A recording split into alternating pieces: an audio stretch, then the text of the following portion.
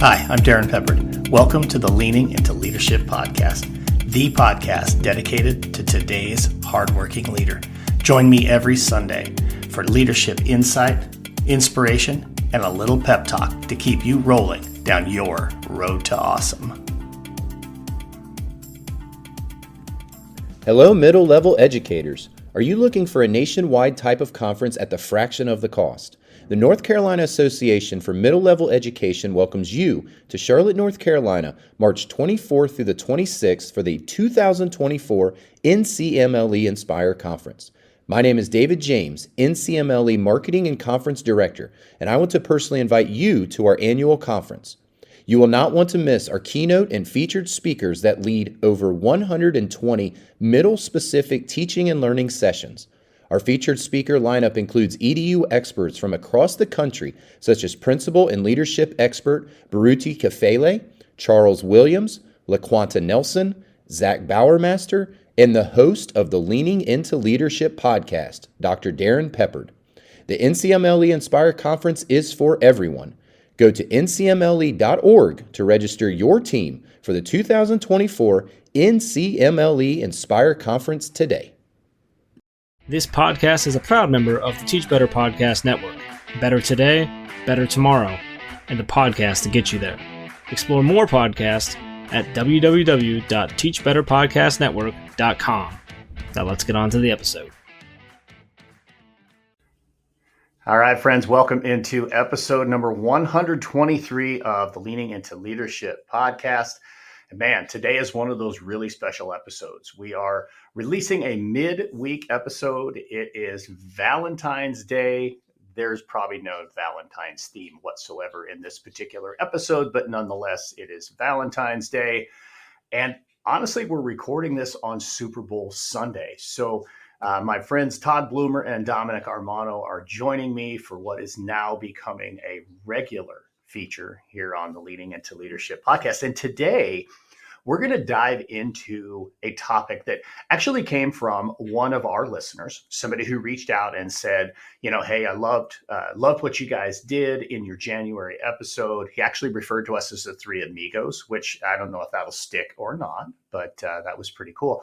But the question really centered around those difficult conversations. And, one of the pieces of feedback that we heard so much from the episode in January was the difference in perspectives from, both Dom being an elementary principal, Todd being a high school principal, Dom being early career, Todd being, we'll just say, more seasoned. And then, of course, my perspective, not only as principal, but also superintendent. And I think this conversation today, specifically around those difficult conversations, is something that's relevant no matter how many years of experience that you have. Let's be honest, you never get good at them. You just maybe understand a little bit better how to prepare. So before we dive into all of that, before we talk about our Super Bowl picks, how many times we're going to see Taylor Swift on the screen, all of that great stuff, let me just welcome my friends in. Dom, I'm going to come to you first. Good morning, Dom. It is great to see you, my friend. Hey, Darrin, how's it going? Just again, wanted to say hello to everyone. The first episode that we did was awesome. We did get a lot of positive feedback. I'm really excited to spend my Super Bowl morning with my two buddies, Darrin and Todd. Here we go. Absolutely. Todd, I'm sure it's a lot warmer where you are than where Dom and I are. It's going to be probably 70 degrees today in San Antonio, Texas. And so that's a tough day. I'll probably watch Super Bowl on the back porch. But I'm excited to be here. Great feedback from the first episode. Excited to be with you, Darrin and Dom. Excited to talk. I'm really, this is going to be a great podcast. So I'm looking forward to where it's going, and I'm looking forward to today. So let's go. Yeah, absolutely. And again, it's Super Bowl Sunday. So let's maybe talk just a little bit about the game. You're going to have to listen to the whole episode to catch our actual predictions. We're going to give our predictions. Yes, we realize when this drops on Wednesday, the game will already be over. So you can let us know just how far off we were. But nonetheless, we are going to make our Super Bowl predictions today. I'm really curious, guys. I mean, I know, Dom, you're just a fan of the game. Todd, you're a Giants fan. I'm a Broncos fan. So I'm just curious, what are you guys looking at? What are you interested in? What are the storylines for the first Vegas Super Bowl, by the way. I was in Las Vegas a couple of weeks ago, stayed at a Holiday Inn Express that, I mean, is, I don't know, a half mile from the stadium. I mean, I could see it out my window. I think there's so many interesting storylines. I'm just curious. Todd, I'll come to you first on this. What are you looking at with Super Bowl Sunday that makes you curious? Two things. Don't bet against Patrick Mahomes. I thought the Bills would beat him. I thought the Ravens would beat him. I think the Niners will beat him, but you can't bet against Patrick Mahomes. And then honestly, the brand of Taylor Swift and what Taylor Swift has done, whether it be for football or not football. And I'll give an example. Friday at school, and Dom, I wonder if your campus was the same. The number of staff members that had either made a shirt or bought a shirt to talk about supporting Taylor Swift's boyfriend in the game was unbelievable. So when you talk about brand and you talk about, transcending pop music and football and culture, people love to hate her, but I don't know why people love to hate her. So really looking forward to, what goes next with that Taylor Swift, really just brand. Yeah, no, and I think, for me, there's two things, right? Super Bowl Sunday for me has always been, two things: really good food and some awesome commercials. Because again, I'm a fan of the game, but I don't have a particular team that I follow. But this is very interesting. And one of the things, like you said, we talk about school. So I'm in the elementary school, and my fifth grade, there's a bunch of Swifties in the fifth grade. So when we talked about Super Bowl Sunday or talked about the big game, all they want to know is what's going to happen. Is there going to be an engagement? Is someone going to get down in the middle of the field and pop the question to Taylor? But it's interesting because it's like you have two worlds colliding. You have like your pop world and your pop music, and you have your sports world coming together. And again, like you said, there are a lot of people that are hating on it. But one of the things, I think it was, I don't know, someone said it. I think it was maybe just random memes on the internet or articles, but like people were hating on her, and all she was doing is just supporting her boyfriend, which I just found very interesting in that whole dynamic. But, hey, we'll see what's going on.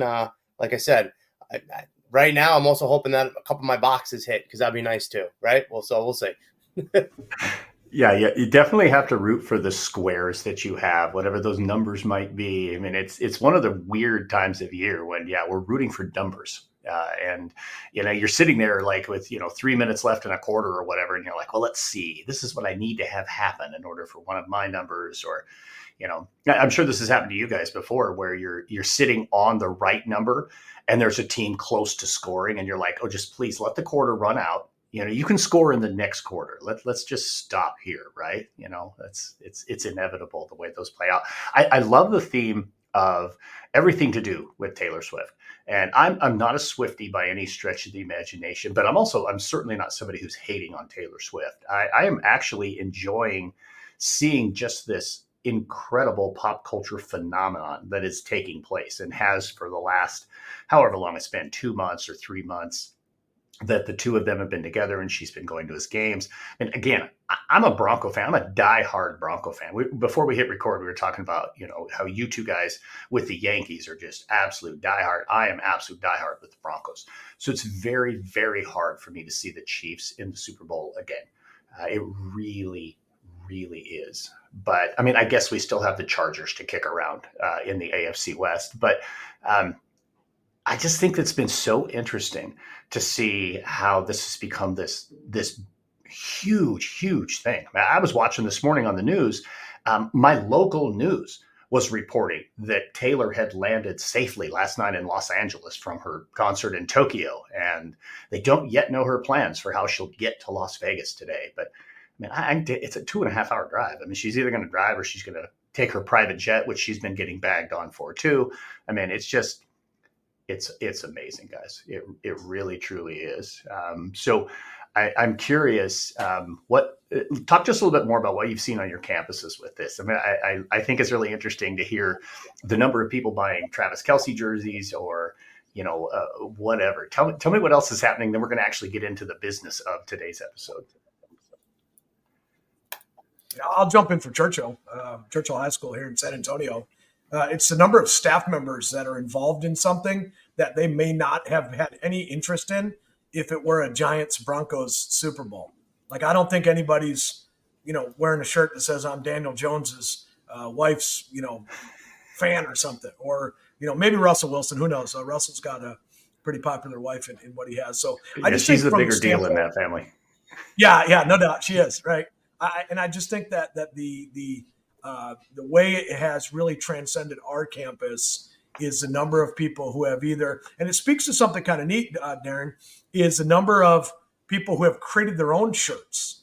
And so we talk about Taylor being a brand, and then we talk about Etsy or teachers that are creating their own content and shirts. The number of shirts that were created by teachers that go along with the Taylor Swift and Travis Kelce was really cool. And I thought that was a neat business entrepreneur type thing that has nothing to do with football, was the number of people invested.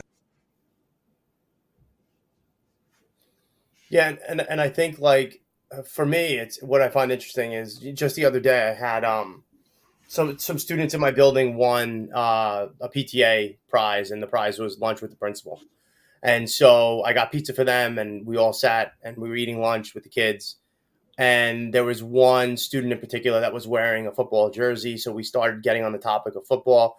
And then it was immediately turned into the Super Bowl, talking about Taylor Swift. And I was just wondering, being in a school district that's kind of on the small side, on Long Island in New York, if Taylor Swift wasn't involved, exactly what you were saying, would the kids even be talking about it? Because the local teams are not in it, right? It's not, there's no New York team in it. So would it even be a topic of conversation? Not only was it, but it was pretty much the dominant conversation for the 45 minutes pizza prize lunch that the kids had. And it was all about whether or not Taylor was going to get proposed to, and another student was like, I have a theory that she's actually just going to start singing too during the halftime show. So I'm like, all right, we'll see. But it was a 45-minute conversation about Taylor Swift and the Super Bowl, when I don't even know if it would be, so it is pretty interesting and pretty cool. That's interesting. I don't think she's ever done any collaboration with Usher, so we shouldn't expect to see her during the halftime show. But who knows, I don't think right? that's going to happen. But we'll see. It's Las Vegas, right? I mean, who knows? Anything could happen in Las Vegas. So, guys, let's get to the business of today's episode. Again, folks, we will give you our score predictions for the Super Bowl. No matter how miserably bad they end up turning out to be, or incredibly accurate. Somebody might get it right. It won't be me. But we'll get to that at the tail end of the episode. But what we want to get into today is really a conversation about those difficult conversations. And let's be honest, as leaders, this is part of the territory. You're going to have those conversations that have to happen, whether that is, a reprimand with an employee, could be a difficult conversation with a parent, or it could even be those difficult conversations that aren't being spoken within your staff. And how do we get past that difficult space where people don't want to talk? Now, again, this is something, guys, that this topic came in a direct message to me a couple of weeks ago. And the question really was around this article. And I'll put this article in the show notes so people can go and reference it. It's a fantastic article. And but one of the pieces in the article is talking about discussing undiscussable issues. And that's what we really want to get at today. And how do we do that? And I want to read just a little piece from that particular section. It says that undiscussable issues are topics relevant to the team's work that team members don't address in the team. The one place where they could be resolved. Instead, undiscussable issues are usually discussed in other places, such as one-on-one with people you trust or who will agree with you. People usually don't raise undiscussable issues in the team because they're concerned that doing so will make some team members feel embarrassed or defensive. I think this is such a powerful topic. And I'm curious, just on first blush, when you guys read this article and specifically honed in on this particular section of the article, what were some things that came to mind? Were there any like visceral feelings? Dom, I'm going to come to you first on this one. Just curious, guys. What did you feel? What hit you with this part of the article? So when I first read the article, I think one of the things that hit me was my first couple of years on the job as an assistant principal. And, I don't know if I could say lucky. I mean, I guess I was lucky to become an assistant principal when I did because I so badly wanted to be a school administrator. Um, but I was, yeah, I guess lucky or fortunate enough to become an AP at 28 years old. And again, one of the things that hit me was when I read the article and I really thought about it and really let it sink in. I realized that early on in my career, I avoided those conversations because I wanted people to like me. And I don't necessarily think I was doing the right thing at that time. I believe I wasn't a strong leader because I was avoiding these types of discussions because I was so fixated on I want the staff to like me, I want the parents to like me, I want the students to like me. And that I immediately went there and then kind of took a step back and looked at how now that's not necessarily the case. I mean, yeah, I think everyone wants to be liked in some capacity, but I also think it's more than that. I think being liked, being respected, and having people know that you're going to tell them the truth when you have a conversation with them, no matter how difficult it is. So that's kind of where I went in that particular when I read it.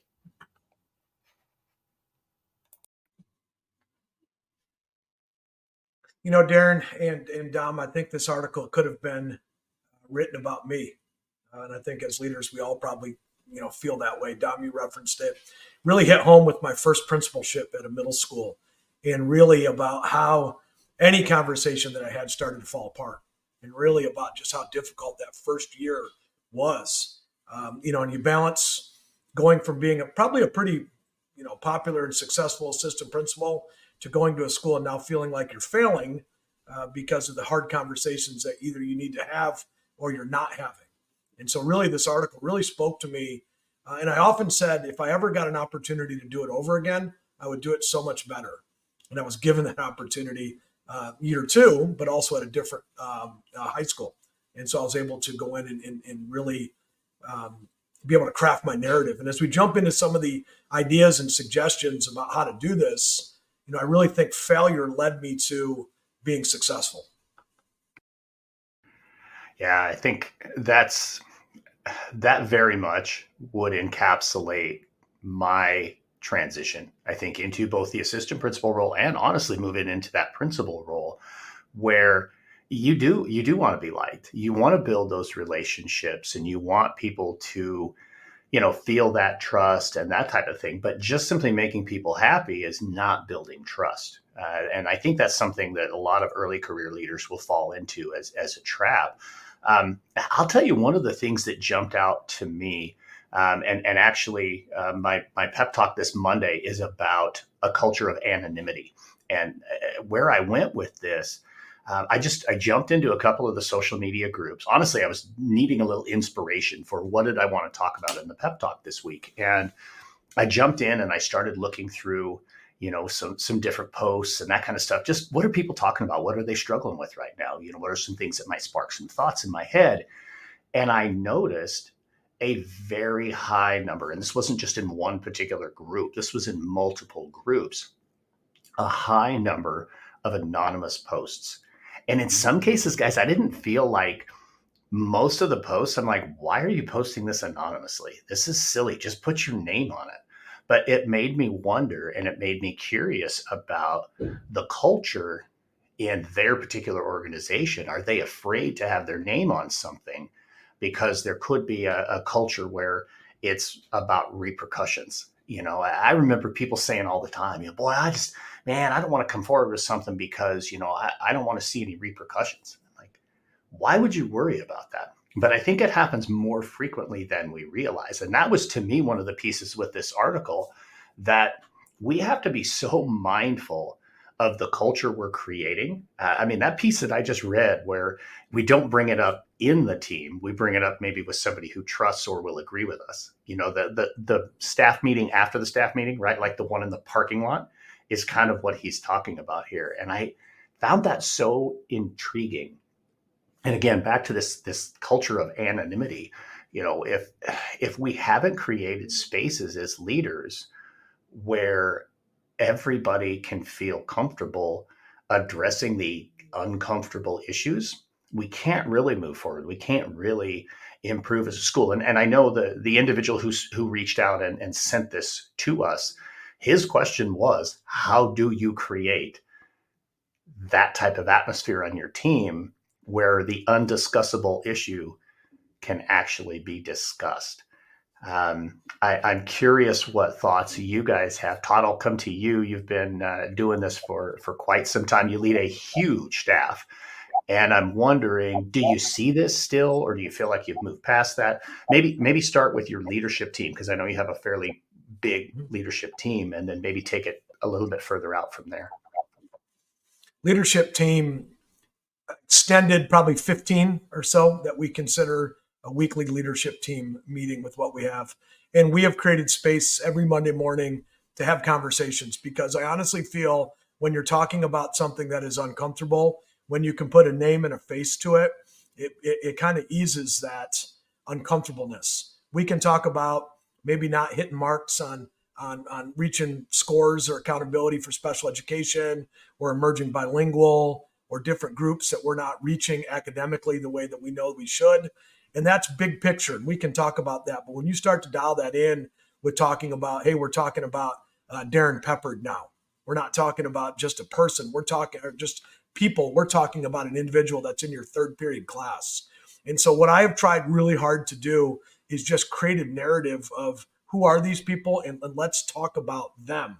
And if we're talking about groups, instead of talking about groups, you talk about individual people.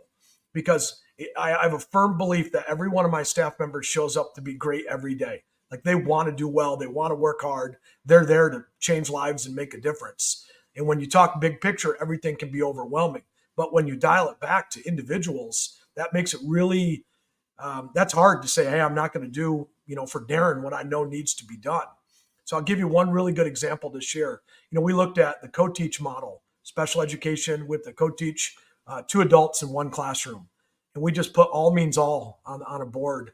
And we created a space of about 60 people coming together monthly to talk about what does that look like, and how are we maximizing 2 adults in a room to service all kids, and how can we have faith and trust in our staff to be able to have faith and trust in our kids. And so we started putting pictures of kids up there that were not being successful, kids that we love, that show up every day, that deserve our absolute best. So honestly, if I could, if I would have been able to go back to my first year as a principal of a middle school where I struggled with communicating my why or communicating any uncomfortable conversation, it would be about specific people and kids. And when you're talking about specific people and kids, that just tugs at every administrator or educator's heartstring.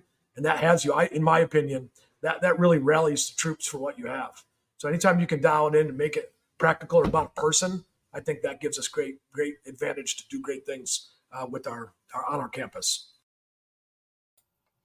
Yeah, and I couldn't agree more, right? Like, so basically what you're doing is you're putting it all out there, right? And building a culture like this, a culture where people are not afraid to have these conversations, it's not going to happen overnight. And you have to take it slow. And I also think, just again, Todd, to piggyback off of what you said, and I really couldn't agree more, but it's also about putting yourself out there. So, for example, right, we're leaders. We lead, hundreds of students, even hundreds of staff. I know, Todd, your campus is huge, but not everybody is going to agree with you and what you do as a leader. And one of the things that I've noticed in my career is, you always have those representatives, like the union reps in the building, or the teacher representatives that are the ones that are tasked to have a difficult conversation with you when not everybody necessarily agrees with what you're doing as a leader. And when I have those conversations with them, or when there is concerns, or, when they, for example, don't disagree, or there is an overwhelming amount of staff that are just like, what is he talking about? I'm the first one to stand up in front of my staff and say, this is what is being said about me, or, let me clarify, or let me take a minute and apologize for something that I miscommunicated. And when I put myself out there, it's like I'm having the difficult conversation publicly about me. And then we work through that together. And I think that builds that trust. And when you do that, when you go in front of your 100 faculty and staff, and you say, listen, last week I put something in the memo and it really didn't hit the right way. I want to apologize. Or, I tend to lead by my heart, which is a blessing and a curse. And my new staff just said this to me, in one breath, they go, we absolutely love you because you lead from your heart. And then in the other half, we're like, you're driving us crazy because you want to do all these big and grand things. And you're always like, let's do it. Let's do it. Let's go. But I often reflect, and I always say that. I always take a step back and say, I apologize, and I think when you show your vulnerable side and people know that, you're able to do that and you're able to critique yourself, the other conversations, it happens more naturally because there is no I got you or repercussions or things like that, because it's just an open and honest conversation. Yeah, I think that's really, really big right there, man. You just hit like a dozen things that I want to chase after. And I think a big part, first and foremost, that being willing to apologize. When you make a mistake and you're human, that's going to happen. We went through, when I was a high school principal, we went through this massive redo of our bell schedule. And I remember, we rolled it out, I had a great team put together for all of this. And somebody told us a few students came to us and said, our lunch is actually shorter. You actually cut 5 minutes off of our lunch. We're like, no, we didn't. And we went back. Oh, no, we didn't. And I remember I sent a memo out to the whole staff. Kids may be saying this, but this is not actually accurate, yada, yada, yada. We sat down, my guy on the team who had actually done the math, and we went back through it, and the kids were right. And we're like, wow, we kind of made a mistake here. And standing up in front of my staff and apologizing for that, and just telling them, hey, I made a mistake. I didn't put it on anybody else. I owned that mistake. And I had a handful of staff come up afterwards and say, I can't tell you how much I appreciate that you would apologize for that. Some administrators would have just, let it go by the wayside or not said anything about it, or maybe even just sent an email. But you actually saying something to us makes a big difference. I think creating that culture where we're willing to admit our own mistakes goes a long way in creating that environment where people will have those difficult conversations within the team. I think a part of it too is continuing to build those one-on-one relationships, put aside opportunities to continue to grow those relationships where that trust can exist. I like what you talked about, Dom, with the union. I would have regular meetings. I know, Todd, you do this too. I would have regular meetings at least once a month with the union representation in my building, because you do have those folks who maybe for whatever reason don't feel comfortable in saying to you, hey, Dom, I don't like how this is working, or Todd, I don't think this is fair, but they will go to their union rep. But if you can build that relationship with the union rep where you can have some of those, just honest conversations, and they can say, hey, I'm hearing a little bit about this, or, somebody mentioned that. And you can actually explain, oh, well, here's where we're going with that. Or, oh boy, you're right. That was really a bad choice on our side. I think the more of those relationships you can build, the better, because it does give you that opportunity to have a two-way street. Go ahead, Dom.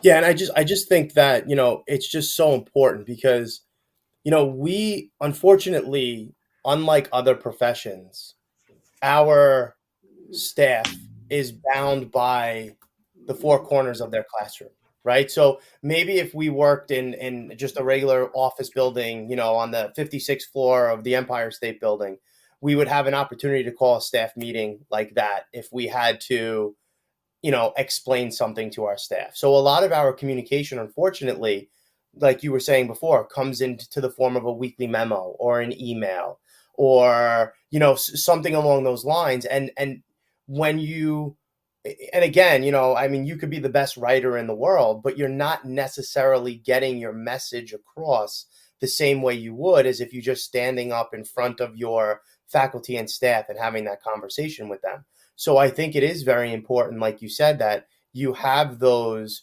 relationships with those delegates that are coming to talk to you, because at least then in the interim, before you have that staff meeting, you can have an open and honest conversation and explain it so that they can help be the messenger as well. Hey, to piggyback on that, I have about 175 staff members, and the crazy goal is that I'm going to visit each one of them every single day, because I try my best to have what's called what I've dubbed a doorway conversation. And those doorway conversations can be about Taylor Swift, the Super Bowl. It can be about, the season 2 of Reacher finishing. It can be nothing about school, but it builds that trust, and it breaks down that barrier. So when I come by a classroom, a teacher may not wait until sending me an email to ask about a student concern, a work order they need, or just let me know that they're doing well or that they're struggling. And I think, honestly, one of the small keys to my success has been the availability and creating those spaces where people feel like they can approach me and talk to me about anything at any time, and they don't have to wait to schedule a meeting. But what I also found was there are people that may not share in doorway conversations. And so I schedule regular one-on-one meetings with teachers. I just finished one up with brand new teachers. I schedule regular ones with lead counselor, regular ones with my head football coach, my athletic director, where I build time into my schedule to have 15 minutes. It's called coffee with the coach or coffee with the counselor. I spend time going to my instructional leadership team meetings so that they can ask me questions. And then, honestly speaking, some people give me grief for this. If I walked into a room and Darrin, you and Dom were teaching biology and you were on your lunch or your off period, I'd sit down and I can read the room. I get body language. I can figure it out. If you didn't want me there, I would probably not sit down, but I would leave. But if you gave me an opening, I sat down. We talked about your kids. We talked about how life was going. We laughed. They talked about how I was doing. And that really has allowed me that communication piece to be two-way. Yeah, I think that's really big, and it makes me curious about something. Certainly as leaders, there are things we can do to increase that communication to the leader. But what about, and I think the gist of the question that came in was now taking it to the next level. How do you create that environment where the staff collectively will have some of those difficult conversations? And I'll give you an example that came to my mind when I first read this question and when I first read this article, connecting back to the question. I had at my high school, I had 125, 130, total staff and faculty, or staffalty as we call them, and probably about 90 or so teachers. So I had a number of PLC groups. We had dedicated PLC times, and I'm sure, Todd and Dom, this is true at your school as well. We had some really highly functional PLCs and some, let's just say, less than highly functional PLCs. So leaning into those PLC groups that don't want to address the real topic, the ones who maybe can't get past or won't open up the walls of their classrooms to each other to really discuss issues that impact student learning, that impact student outcomes.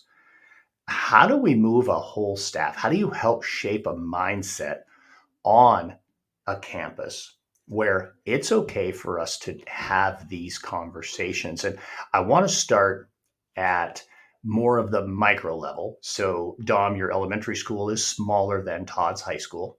In fact, the district where I was a superintendent, the community was smaller than Todd's high school. So let's go to the smaller level. And Dom, what are some things you recommend or that you're working on that you're trying to do to build that staff level trust and collaboration so that those difficult conversations are happening with them and with you not in the room? So I think, at first, and especially for me, because I'm new where I am, I'm on 6 months now, right? I think for me, it was just regular, and I know this sounds so maybe cheesy or silly, but those regular, like, number one, team building activities, right? Some of the things that I've actually done this year is have role-playing scenarios where I've given teachers, for example, we talked about having open and honest conversations with parents. So what I did was I gave teachers a scenario where it was an issue with a student, and then I played the part of the parent and they played the part of the teacher.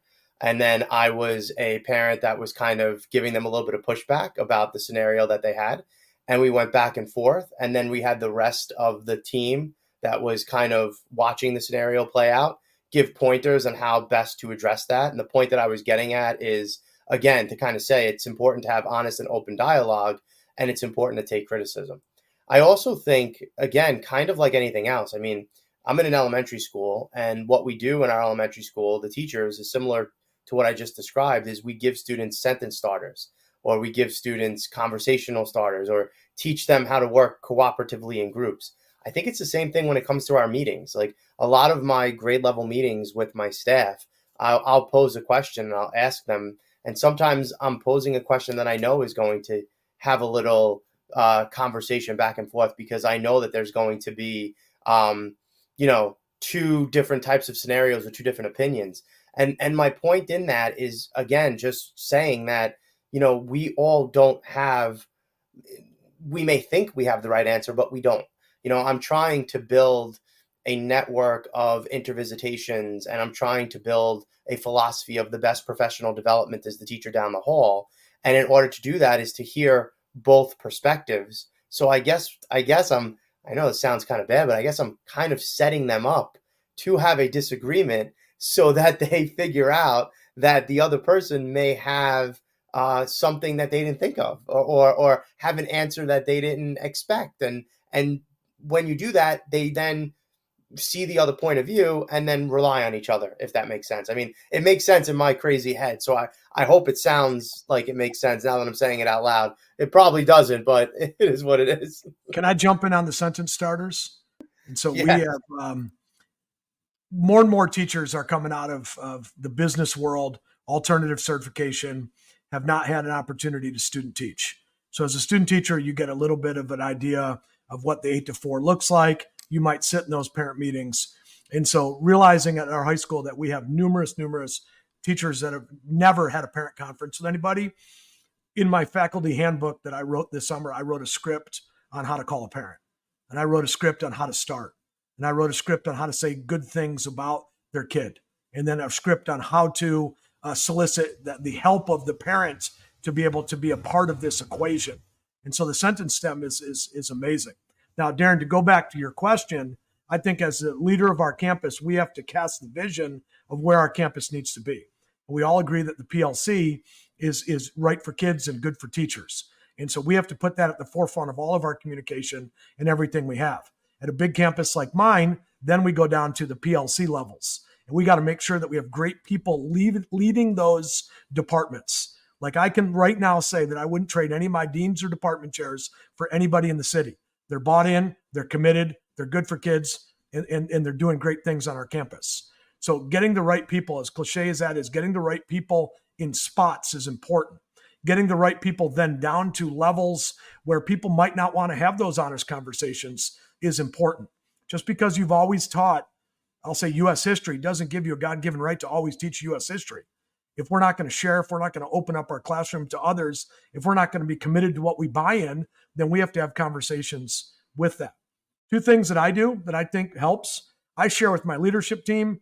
I share with anybody that listen what my evaluation looks like. What did they say Todd Bloomer did well? And what do they say Todd Bloomer needs to work on?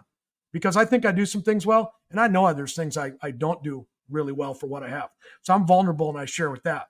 My goal this year in every classroom that I went into was to provide feedback to teachers, written feedback. And everybody, I think, says that they do that in some way, shape, or form. And I would have said that a year ago, but I didn't give good feedback as I walked in and walked out. So now it's an index card. It's a sticky note. It is something that I saw that you were doing really well. And it's a couple questions that I'm posing, getting you around things that we're working on our campus. And then as I wander the campus, as I see you the next day at lunch duty or at hallway duty, I then can follow up with that to say, hey, let's talk about that transition from how we ended class to leaving class, or what did that exit ticket look like? And I've gotten really good at coming up to people and saying, let's talk about it. And even if I thought the class was great, educators, they're their own worst enemies. You know, they'll give things that they're working on, or you know what, I've already implemented this suggestion or this strategy. It's revitalized me to be out and be in classrooms more. And I think it really has helped move the elephant a little bit as we kind of talk Chip and Dan Heath about moving stuff that we need to get to, because all of my feedback goes down to specific student needs. And it goes back to EB, special ed, or it even goes back to pushing the kids that are, really great, are really doing a very good job, but could be great with a little bit more push. And so the feedback has become that. And then lastly, I accept feedback all the time. Like I'm not a big fan of them, but we do a lot of anonymous surveys in our district to be able to give us feedback. And we have a committee called the Faculty Advisory Committee, in which they bring solutions and suggestions to me that we're able to kind of implement. And sometimes it could just be something I'm doing. And so I have to be vulnerable. And when in front of staff to say, as Dom said, hey, I'm sorry about that. That didn't go the way I wanted. Or you know what, your idea is better than mine, and let's rock and roll. And I'm going to piggyback real quick. There's one thing I want to say. I think that right there is the key. And that's something that the 28-year-old Dominic did not do, is being able to be vulnerable and being able to say, I don't know it all. At 28 years old, Darrin, we talked about this, right? Superman, right? You have that Superman syndrome. I was 28. I was an assistant principal. I couldn't take the feedback like when Darrin had with, hey, you cut 5 minutes off the lunch. You're like, no, I didn't. What's the matter with you? At 28, but you have to be vulnerable. And that's definitely something I learned over my careers. And I think you hit the nail on the head, is just say, I'm a human being just like you. We're all going to make mistakes, and that's okay. I may not know the answers, but you know what? The answer's in this room, because we have different perspectives and we have to be able to listen to that. I love that so much. And I think, that ties in with something that I was thinking about listening to both of you guys talk. You can't create that culture that you want without being vulnerable as a leader, without being a human being as a leader. But I also think, to help empower some who struggle with that, because there will always be those who maybe have a difficult time speaking up, or, for whatever baggage they're carrying around. It just takes some time to build those spaces where everybody can feel comfortable. And I think it starts with being really intentional about the norms that you use in how you meet, and being really upfront and intentional with saying, we value putting ideas on the table. We value, pausing. We value paraphrasing. We value asking good questions and understanding that none of those come with judgment, but that rather, this is what we're doing, and being intentional. You guys both alluded to it without calling it directly out, modeling those behaviors that you want to see. Dom, I love how you talked about, in essence, setting them up. I think there's nothing wrong with that. It's what you're doing is you're creating a teachable moment for that specific thing that you're looking for. And, Todd, certainly in a situation like you have with the size of a team you have, you can be intentional with modeling that, or even creating like those fishbowl types of environments where you can see how we put these norms into play. And this is the second piece I think is so critical. When we're not there, everybody needs to feel empowered to call out the wrong behaviors and say, whoa, we don't do that here.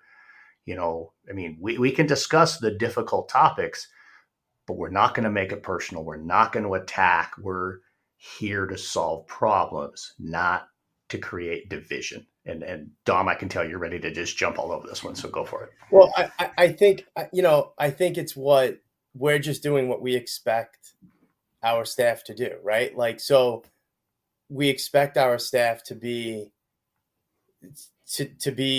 open and honest, and to plan and to teach, right? At the end of the day, we're nothing more than teachers, right? At the core of who I am, I'm an educator. I was a fourth grade teacher. I was a first grade teacher, and that's still who I am today, except my class changed, right? So now I don't have 9-year-olds. I have school aides and teachers and paraprofessionals and secretaries and custodians. And, if you view them as one giant class and you give them the same type of expectation and you model and you support, and when you're no longer there, they're going to be able to do what we want them to do the same way we expect our kids to do what we're teaching them when we're not standing in front of the room. Every Friday morning, I start my day at a local elementary school, and we started a reading program called Kick Off the Reading. And we take a different group of kiddos at Churchill, whether it be athletics or fine arts, and we take them down there. And originally the plan was to make it a remedial program, but now it's a reward for these little guys. They get to read with the Churchill kids. And last Friday, it was with my junior ROTC kids. And sometimes I got a coach that comes with me. Sometimes the sponsor comes. A lot of times the kids come by myself. And this ROTC group did such a great job with these kids. I sent pictures to the sergeant and to the captain of the ROTC. And Dominic, hits to your point, the sergeant came up to me and said, the mark of a good leader is when you're not there and your kids, your people take care of business like you were there. And we know that as adults, but these are 16 and 17-year-old kids. And it was just such a neat leadership moment for me that they've instilled in them doing what is right, taking care of people, when someone, what is the old saying says that leadership is like kind of doing the right thing even when someone's not watching. And I was so impressed with that. And Dom, it hits so much on your head. I won't be on campus a couple days this week. I know that my APs will take care of what I need to because we got good structures and systems in place. I know the PLC will continue to meet. I know Monday afternoon which groups will walk the campus and go into classrooms because we got those good structures and systems in place. And so, they'll never name the school, Todd Bloomer High School. Like I hope they will one day, but it's not our school. So when we leave, we got to hope that we put these structures in place so that when we're gone, it still continues to function at that high level. And that's what the hard work then really becomes. And there's one other thing I think that is really, really important. And I kind of learned this through my journey is, we model what we preach. And so every Monday morning, I send an email at 7:30 to my staff. Just like Dom, you kind of brought up a memo, and I write it Saturday and Sunday, and I deliver it till tomorrow. But I start off my first two paragraphs with what I did with my family over the weekend, because we value, time, downtime. We value getting out in the city. Today it's going to be 70 degrees, and I can watch the Super Bowl in my back porch. And there's times and places to go out. So I want the staff to know it's okay over the weekend to let your hair down and just have a good time and go get a good burger and go out and enjoy the city and share with me. And then I share with them what I'm watching on TV. And those conversations, as little as they have to do with, geometry or chemistry, have everything to do with building culture so that we're able to put those structures and systems in place so that we can have these hard conversations. And so I really would encourage any leader out there, the kids don't care what you know till they know you care. Same with a teacher. If they don't know who you are and where you stand on issues, then it's going to be hard to buy into some of the things that you're trying to put out there. But when you have those conversations and you put your vulnerability out there and you laugh about your mistakes and you share struggles that you have with children, I mean, every parent that has a kid has had struggles. I share with all the staff about my struggles of my son Andrew. Great kid. We kind of poke a little fun at him. He went to school there, but it shows that I'm a person. When we can have those hard conversations and we can get back to, that's really a good guy because he's a dad first. He cares about the campus. He's always visible. So you know what? I'm going to listen, or I'm going to take his feedback, not as being mean, but the feedback as being, he wants what's best, because I believe every teacher wants what's best. And when we caveat it that way to give to a staff, then I think we can, get some great results.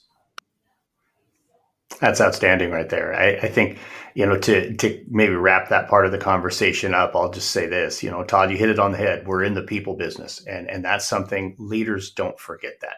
Don't get so caught up in data. Don't get so caught up in specific, standards or curriculum. All of those things are important.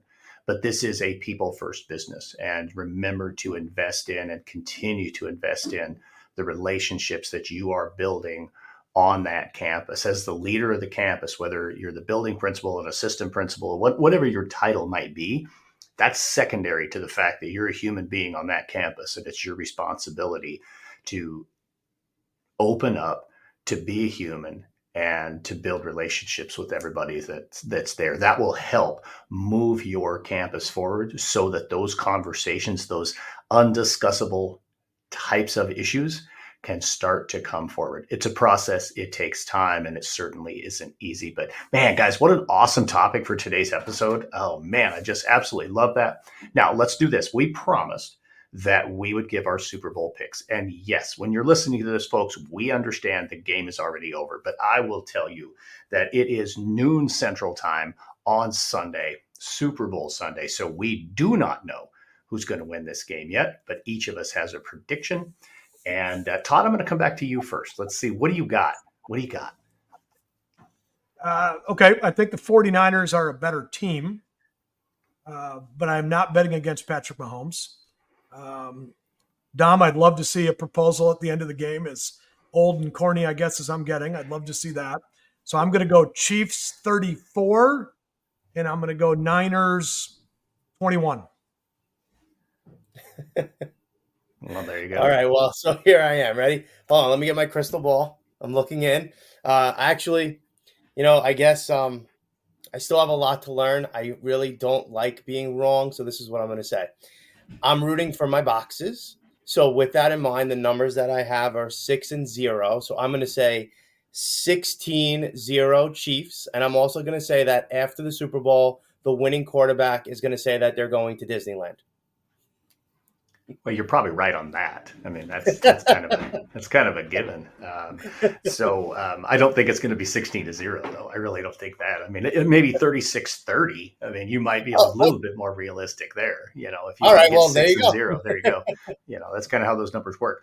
I will be honest with you. I agree with Todd. I think that the Niners are the better team. I mean, I go back and look at what they did to the Dallas Cowboys, what they did to the Philadelphia Eagles. Honestly, I think they broke those two teams. I really do. Can they do that to the Chiefs? I think they absolutely can. If Nick Bosa goes crazy, holy smokes, man, with him and Chase Young on either end, there is a potential for that. However, I still don't. I'm with you, Todd. I can't pick against Mahomes as much as I want to. I don't want the Chiefs to have more Super Bowl wins than the Broncos. I absolutely do not want to see that happen. But I think the Chiefs win this game 26-23. I really do. I think it's going to be a great game. I think it'll be a close game. But ultimately, I think the Chiefs are going to come away with the victory. I don't know if there'll be a proposal, but we'll definitely hear Mahomes say that he's going to Disneyland. So there you go. That's what we've got for you this week, folks. We will be back again in March. Again, hit us up with your questions. This is a great example. We had some people reach out with some questions. This one was an awesome one to talk about. Certainly in March, there's going to be some great topics. We'll probably talk a little bit of March Madness as well, because we'll be right into the thick of March Madness when that time comes around. But guys, thanks so much for today's episode. Final thoughts, any final things in your mind? Dom, I'll come to you. No, I just think, and this was a great topic, so I thank the person for sending it in. And I just want to say, for those listening out there, it's okay to admit that you don't have all the answers, be vulnerable, and be authentic. I'm going to hit with tomorrow. I'll be in Austin, Texas for a Texas Association of Secondary School board meeting. And so it is important to get involved in your state organizations, wherever that is. And I will caveat that by saying it is also important that you're registered to vote. You're knowledgeable about where your candidates stand on issues that are important to you. And you make sure you get out and exercise your right to vote. And if educators voted as a block, we would never, ever have to beg for pay raises or anything along those lines. So it's so important that we are registered to vote, and we're voting in primaries, not just our national election. Excellent stuff right there. Get involved. It's important. We've got to look at those issues that are important to us as educators and make sure that we stand together on those issues. Excellent stuff today, fellas. Everybody get out there. Have a road to awesome week. Thank you for listening to the Leaning into Leadership podcast, brought to you by Road to Awesome. Don't forget, click subscribe, give a review, and share this with somebody who might also enjoy leaning into leadership.